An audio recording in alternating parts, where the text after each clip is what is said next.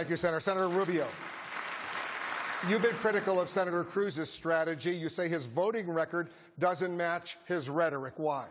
Well, let me begin by saying that we have to understand who ISIS is. ISIS is a radical Sunni group. They cannot just be defeated through airstrikes.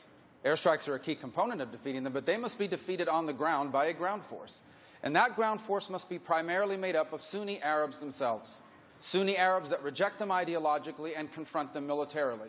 We will have to embed additional American special operators alongside them to help them with training, to help them conduct missions, and to help improve the airstrikes.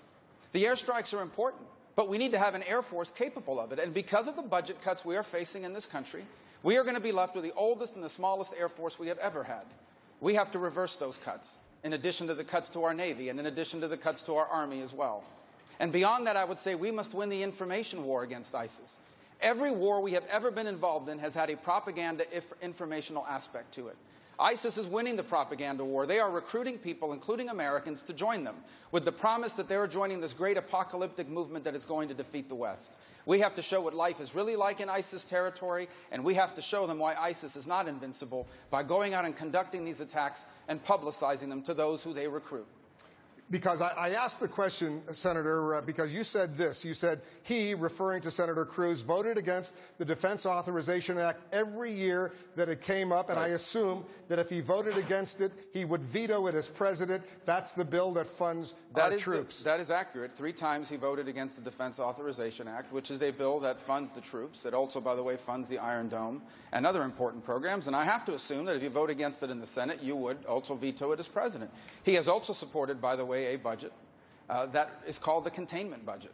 And it is a budget that would radically reduce the amount of money we spend on our military. You can't carpet bomb ISIS if you don't have planes and bombs to attack them with. And if we continue those cuts that we're doing now, not to mention additional cuts, we are going to be left with the oldest and the smallest Air Force this country has ever had. And that leaves us less safe. Senator Cruz.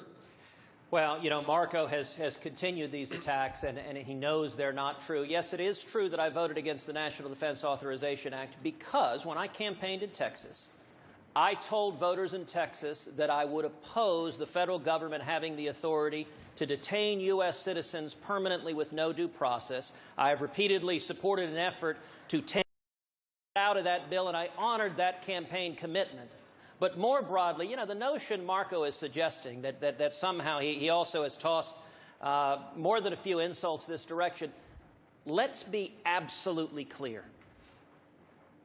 ISIS and radical Islamic terrorism will face no more determined foe than I will be. We will utterly destroy them by targeting the bad guys. And one of the problems with Marco's foreign policy is he has far too often supported Hillary Clinton and Barack Obama undermining governments in the Middle East that have helped radical Islamic terrorists. We need to focus on killing the bad guys, not getting stuck in Middle Eastern civil wars that don't keep America safe. Senator Rubio. Yeah, 3 points of distinction. The first is, if you're an American citizen and you decide to join up with ISIS, we're not going to read you your Miranda rights. You're going to be treated as an enemy combatant, a member of an army attacking this country.